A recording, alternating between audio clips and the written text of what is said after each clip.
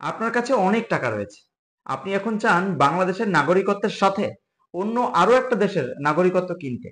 তো আজকে আমি আপনাদের বলবো যে কোন 5টি দেশে আপনি বিনিয়োগ করলেই সেই দেশের নাগরিকত্ব পেতে পারেন অথবা গোল্ডেন ভিসা পেতে পারেন। তো প্রথমেই সেই তালিকায় রয়েছে গ্রিস।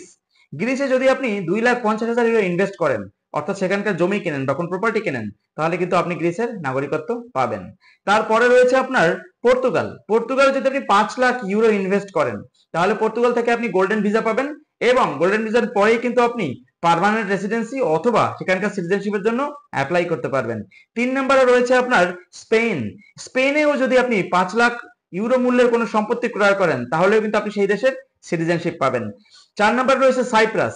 সাইপ্রাসে যদি আপনি 20 লাখ ইউরো ইনভেস্ট করেন, তাহলে ডিরেক্টলি সাইপ্রাস গভর্নমেন্ট আপনাকে সিটিজেনশিপ প্রোভাইড করবে।